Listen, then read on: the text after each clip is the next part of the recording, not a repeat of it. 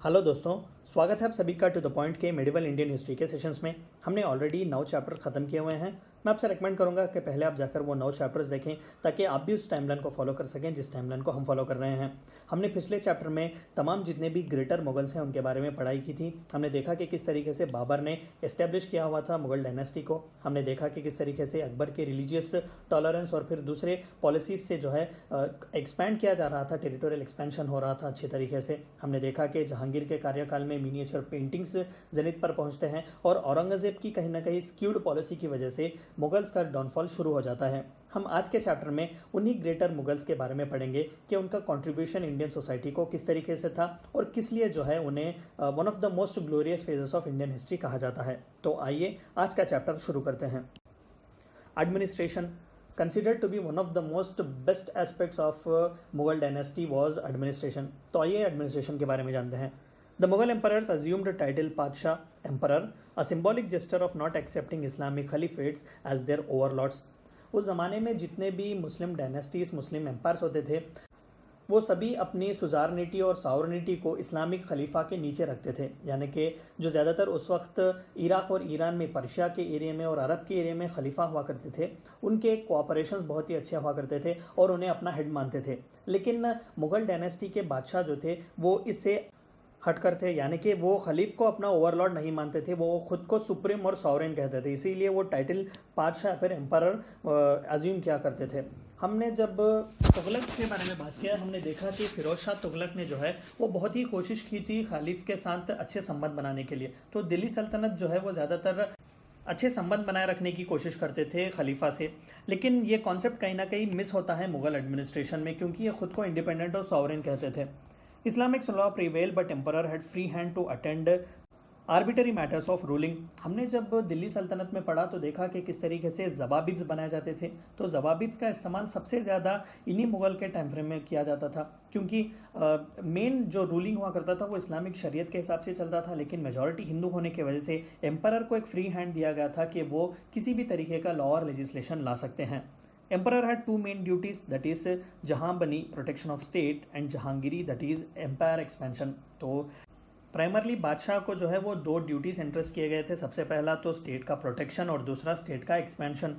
Concept of zille ilahi continued and king was fountain of all powers. Feudalistic land set था, लेकिन जिल्ला इलाही के concept के बारे में हमने दिल्ली सल्तनत में भी पढ़ा कि रिप्रेजेंटेटिव ऑफ गॉड की इमेज जो है वो पोर्ट्रे की जाती थी कि खुदा की परछाई है बादशाह, तो लोगों की लेजिटिमेसी इससे क्लेम की जाती थी। तो कॉन्सेप्ट ऑफ जिल्ले इलाही एग्जिस्टेड, जहाँ पर हमें झरोका देखने को मिलता था। झरोका दरअसल एक बालकनी की जगह थी जहाँ पर हर दिन सुबह बादशाह आते थे और अपने स्टेट के सब्जेक्ट्स जो हुआ करते थे उनसे मिलते थे, लोगों को वो अपना हाथ हिलाया करते थे। तो these concepts existed and king was fountain of all powers. तो सेंट्रलाइज्ड एडमिनिस्ट्रेशन था, तो पार जितना भी था वो किंग से ही फ्यूडलिस्टिक लैंडलॉर्ड को मूव होता था।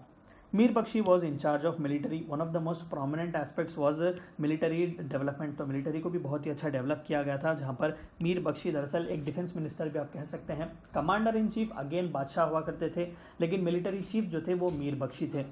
सदर उस sadr advised emperor on religious matters and qazi headed the judiciary. तो ये 2 प्रोमिनेंट पोजीशंस हुआ करते थे। सदर उस सदर जो थे वो रिलीजियस पॉलिसीज़ पर किंग को एडवाइस करते थे। इंपॉर्टेंट इसलिए क्योंकि ज़्यादातर मेजॉरिटी जो थे वो नॉन मुस्लिम्स थे, तो ये प्रोमिनेंट बहुत बन जाता था कि अकबर को या फिर बाकी के बादशाहों को किस तरीके से एडवाइस दी जाती थी ऑन बेसिस ऑफ रिलीजन। और खाजी जो हुआ करते थे जुडिशरी के हेड हुआ करते थे। हमने दिल्ली सल्तनत में भी इनके बारे में बात किया है। आइए जानते हैं कि मनसबदारी सिस्टम, हिस्टोरियंस इसे जो है crown jewel of Mughal administration भी कहते हैं, क्योंकि ये मेरिट बेसिस पर ब्यूरोक्रेटिक सिस्टम को एस्टेब्लिश करवाना था मुग़ल में। दरअसल मनसबदारी सिस्टम जो था वो शेरशाह सुर का कॉन्सेप्ट था, लेकिन इसे आगे बढ़ाने वाले और डेवलप करने वाले अकबर थे। तो अकबर ने मनसबदारी सिस्टम को इंट्रोड्यूस किया हुआ था इंडियन एडमिनिस्ट्रेशन में। मनसबदार्स वर ऑफिशियल्स इन मुग़ल एडमिनिस्ट्रेशन। तो एक ब्यूरोक्रेटिक सेटअप था जो कि ज़्यादातर मेरिट के बेसिस पर इन्हें अपॉइंट किया जाता था।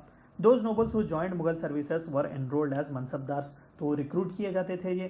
The term mansabdar refers to an individual who holds a mansab, यानी कि रैंक, उन्हें रैंक दी जाती थी। जिस तरीके से हम आज के ज़माने में कार्डर्स के बारे में बात करते हैं, तो वो कार्डर्स हुआ करते थे। The mansabdars were appointed to all civil and military post. तो उनका शफल भी किया जाता था, जिस तरीके से आज हम ट्रांसफ़र्स की बात करते हैं कि कभी मिलिट्री तो कभी सिविल पोजीशंस पर, सर्विसेज पर उन्हें भेजा जाता था। They were liable to be transferred from one branch of administration to another. This was to make sure के he tendered his service without any prejudice.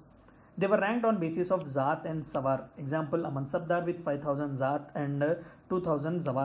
तो इस तरीके से उनके कार्डर्स डिसाइड किए जाते थे, उनका पावर डिसाइड किया जाता था कि फ़लाँ मनसबदार जो है वो 5000 ज़ात और 2000 सवार के जो है वो मालिक हैं।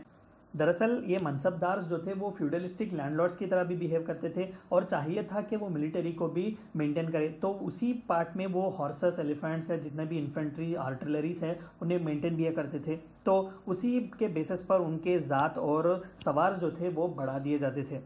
द मनसब्स पोस्ट और ऑनर और dignity was not hereditary. One of the most crucial part के मेरिट पर बेसिस किया जाता है, लेकिन वो हेरिडिटरी नहीं थे। And it leaved after the death और डिसमिसल ऑफ मनसबदार। तो मनसबदार के मर जाने के बाद एक नए आदमी को वहाँ पर अपॉइंट किया जाता है, ये हेरिडिटरी नहीं था। तो वो लैंड सेट भले ही फ्यूडलिस्टिक क्यों ना हो, वो फ्यूडलिस्टिक नहीं था। Mansabdars property that is jagir return to the state after his demise. तो जब तक मनसबदार जिंदा रहते थे वो उस जागीर के जागीरदार रहते थे और उनके मरने के बाद वो जागीर जो है वो स्टेट को पहुंचती थी। आइए जानते हैं कि प्रोविंशियल एडमिनिस्ट्रेशन किस तरीके से था under Mughals. 15 to 20 major provinces were created which were headed by Nizams और सिपह सालार्स। दरअसल अकबर के ज़माने में 15 प्रोविंसेस हुआ करते थे, यानी कि स्टेट्स। इसे औरंगज़ेब ने 20 बनाए हुए थे फॉर कन्वीनियंस ऑफ एडमिनिस्ट्रेशन। तो दे वर हेडेड बाय सिपह सालार और निज़ाम जो कि गवर्नर हुआ करता था। All subas were headed by subedars who looked after development and administration. तो इन सभी सूबों को हेड करने वाले एक सूबेदार हुए करते थे, जिन्हें दीवान भी कहा जाता था। The provincial administration was a replica of central administration, यानी कि सेंट्रल में जिस तरीके से किंग हुआ करते थे, उनके प्राइम मिनिस्टर दीवान हुआ करते थे, सदर उस्ताद, या फिर हमने वकील के बारे में भी जैसा बात किया हुआ था, उसी तरीके से प्रोविंसेस में भी अप्लाई किया जाता था। तो एक बहुत ही डिटेलली स्ट्रक्चर्ड एडमिनिस्ट्रेशन एग्जिस्ट किया करता था मुगल्स में। The key post were waqia navis who headed espionage in province. तो ये बहुत ही कॉन्फिडेंट हुआ करते थे, कॉन्फिडेंट लोग हुआ करते थे, बादशाह के करीब थे, जो कि प्रोविंसेस में एस्पियोनाज और सीक्रेट इन्फॉर्मेशन के सिस्टम को हेड करते थे। Further subas were divided as sarkars and indeed as parganas. सरकार जो थे वो डिस्ट्रिक्ट्स हुआ करते थे और परगाना जो थे वो छोटे से क्लस्टर्स हुआ करते थे विलेजेस के। तो सरकार जो है वो फौजदार हेड किया करता था, बोथ भी मिलिट्री ऑफिसर्स हुआ करते थे, और परगाना को हेड करने वाले शीकदार हुआ करते थे। यानी कि सरकार जो है वो डिस्ट्रिक्ट और डिस्ट्रिक्ट के कलेक्टर फौजदार, परगाना जो थे वो विलेज क्लस्टर और उस विलेज क्लस्टर के हेड शीकदार हुआ करते थे। ये दोनों ही मिलिट्री ऑफिसर्स थे। Mughals left village administration to panchayat itself. तो ज़्यादातर मुगल एडमिनिस्ट्रेशन में विलेज एडमिनिस्ट्रेशन को ज़्यादातर इंपॉर्टेंस नहीं दिया गया, वो सिर्फ सेंट्रल और प्रोविंशियल के लेवल पर ही दिया गया है। दहसाला सिस्टम और जब्ती सिस्टम। आइए देखते हैं कि रेवेन्यू में किस तरीके के डेवलपमेंट्स हुए थे इनके ज़माने में। दरअसल दहसाला और जब्ती सिस्टम अकबर के ज़माने में इंट्रोड्यूस किए गए थे। It was Raja Todarmal who was a finance minister of Akbar brought new system of revenue collection. दरअसल अकबर के परमिशन के बाद जो थे राजा तोडरमल ने एक्सटेंसिव सर्वेस करवाए हुए थे। कहीं ना कहीं रेवेन्यू सिस्टम को ओवरहॉल करने की बहुत ही ज़रूरत थी कि जिस तरीके से टैक्स कलेक्ट किए जाते थे वो बर्डन ज़्यादा फार्मर्स पर, पेजेंट्स पर, लोगों पर ना पड़े। तो इसलिए जब्ती सिस्टम को जो है वो एनहेंस किया गया था। Under the system he took a careful survey of crop yields and prices cultivated for the period of 10 years, यानी कि 10 साल के जितने भी प्रीवियस पीरियड में क्रॉप यील्ड थे और सर्वे करवाया था उन्हें, देखा गया था कि प्राइजेस किस तरीके से फ्लक्चुएट किए जा रहे थे, क्रॉप किस तरीके से क्वालिटी से प्रोड्यूस किए जा रहे थे, और उनके बेसिस पर जो है ऑन एन एवरेज टैक्स जो है वो अनाउंस किया जाता था। The average produce of different crops as well as the average prices prevailing over last 10 years was calculated and 1/3 share of the average produce was appointed or apportioned to the state।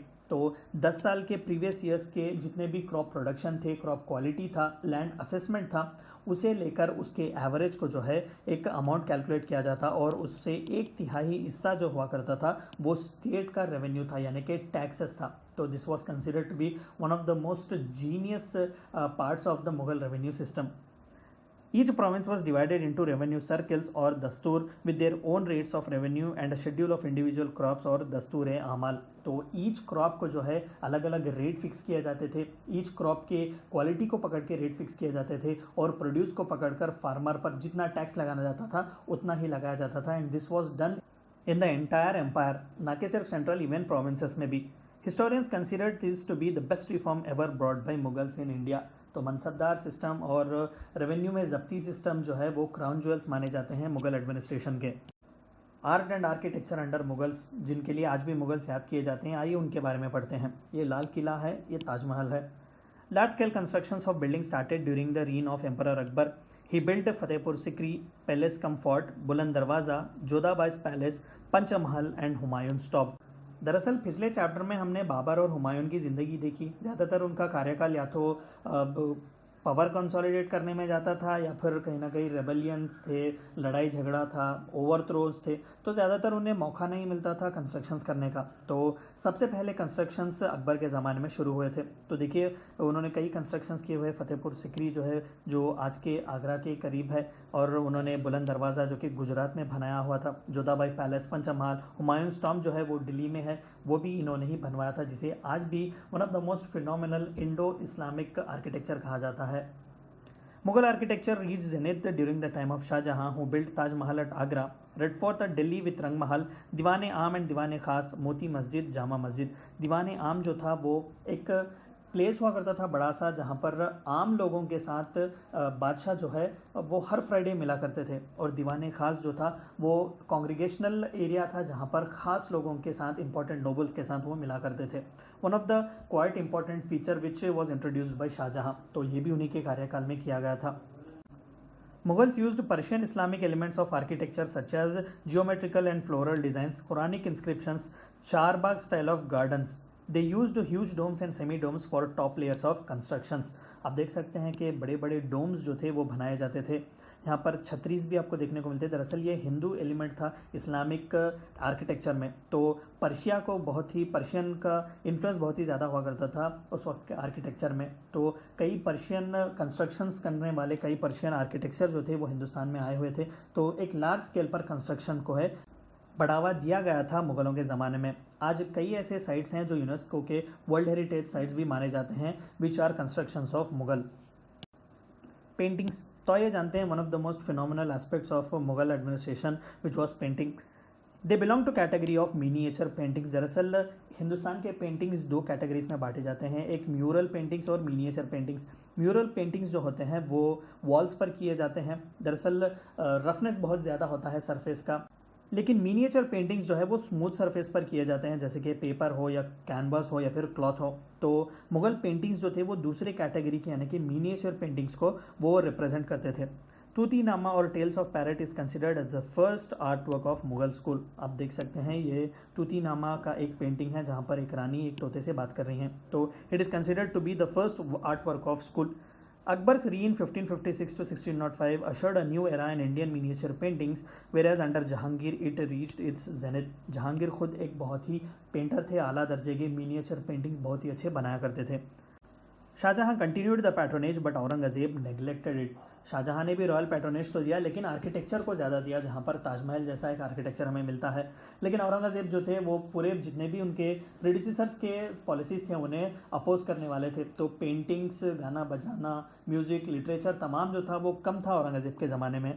The paintings often were of large size and were painted on cloth with dominating colors being red, blue and green. तो ज़्यादातर vibrant colours का इस्तेमाल किया जाता था इन miniature paintings को बनाने के लिए, जो आज भी माने जाते हैं master class across the world. Literature, तो आइए जानते हैं कि लिटरेचर का कितना डेवलपमेंट हुआ under Mughals. The greatest growth was witnessed in the Persian literature because it was the official language of Mughals. तो पर्शियन यानी कि फ़ारसी लैंग्वेज को बहुत ही बढ़ावा दिया गया था क्योंकि वो ऑफिशियल लैंग्वेज थी मुगल्स की। Persian prose and poetry reached a climax during Akbar's reign. Akbar के रीन में अबुल फजल जो थे वो बहुत ही प्रोमिनेंट थे, जो पर्शियन में बहुत ही अच्छा लिखा करते थे। तो अकबर के रीन में लिटरेचर जो है वो जेनिथ को पहुंचता है। दरअसल अकबर के रीन में कई सूफियों को भी जो है वो ज़्यादातर बढ़ावा दिया गया था। हमने भक्ति मूवमेंट में भी इसके बारे में बात किया कि किस तरीके से लिटरेचर फ्लरिश कर रहा था। Many biographies and historical works were compose during this reign. तो ज़्यादातर हमने देखा कि even from the time of Babur, Tuzuke Baburi, Tuzuke Jahangiri और अकबरनामा, कई ऐसे बायोग्राफीज़ भी लिखे जा रहे थे। तो लिटरेचर भी बहुत डेवलप हो रहा था। Some of the important historical works included the Ain Akbari by Abul Fazl. Abul Fazl जो थे वो कोर्ट पोइट हुआ करते थे अकबर के, फ़ारसी में बहुत ही अच्छा लिखा करते थे। तो इन्होंने आइन अकबरी नाम की किताब लिखी हुई थी जो कि 3 पार्ट्स में थी। जो कि अकबर के पूरे कार्यकाल को, उनके स्ट्रगल्स को, उनके ख़यालात को डिस्क्राइब कर रही थी एज अ ऑटोबायोग्राफी अकबर की। तो Abul Fazl is very prominent. Muntakhabul Tawarikh by Badayun, ये भी another most important historian. Tabaqat द फर्स्ट अकबरी बाय निज़ामुद्दीन अहमद, तो ये दोनों जो थे वो बहुत ही प्रोमिनेंट हिस्टोरियंस थे। तो through literature history was also being passed. Great poets and writers flourished as this age was parallel to Bhakti movement in India. हमने जब भक्ति मूवमेंट पढ़ा तो देखा कि 8th सेंचुरी एडी से लेकर ज़्यादातर 16th सेंचुरी एडी तक भक्ति मूवमेंट माना जाता है। तो ऐसे कई डेवलपमेंट्स हो रहे थे, सेंट्स हो रहे थे, लिटरेचर बहुत ही लिखा जा रहा था, पोएम्स लिखे जा रहे थे, स्टोरीज लिखे जा रहे थे। तो one of the most significant contribution के मुगलों ने उन्हें रॉयल पैट्रोनेज दिया हुआ था। Urdu also developed and regional languages flourished due to royal patronage. तो उर्दू को बहुत ही बढ़ावा दिया गया था under them. Hindi and Sanskrit too got royal patronage where Pandit Jagannath composed Ras Gandhar and Ganga Lahari under Jahangir. तो जहांगीर जैसे बादशाहों ने संस्कृत और हिंदी को भी रॉयल पैट्रोनेज दिया हुआ था। तो ये थी चंद बातें आपको जाननी थी मुगल्स के बारे में, उनके रूल के बारे में। हमने मुग़ल द फर्स्ट चैप्टर में भी देखा कि किस तरीके से बादशाहों का टाइमलाइन था, और इस सेकंड चैप्टर में जो कि मुग़ल माइटी मुग़ल्स जो सेकंड चैप्टर है, हमने इसमें देखा कि किस तरीके से उनका कंट्रीब्यूशन था इंडियन सोसाइटी को लेकर। मैं रेकमेंड करूंगा कि आप मॉडर्न इंडियन हिस्ट्री के सेशंस भी देखें, क्योंकि वहाँ से हमने इस सेशन का कनेक्शन दिया हुआ है, यानी कि द फॉल ऑफ औरंगज़ेब जो है वो मॉडर्न इंडियन हिस्ट्री का सबसे पहला चैप्टर है। तो मैं स्ट्रांगली रेकमेंड करूंगा कि आप जाकर हमारे मॉडर्न इंडियन हिस्ट्री के सेशंस में देखें। आई होप कि आपको ये वीडियो पसंद आया होगा। Thank you for watching my video.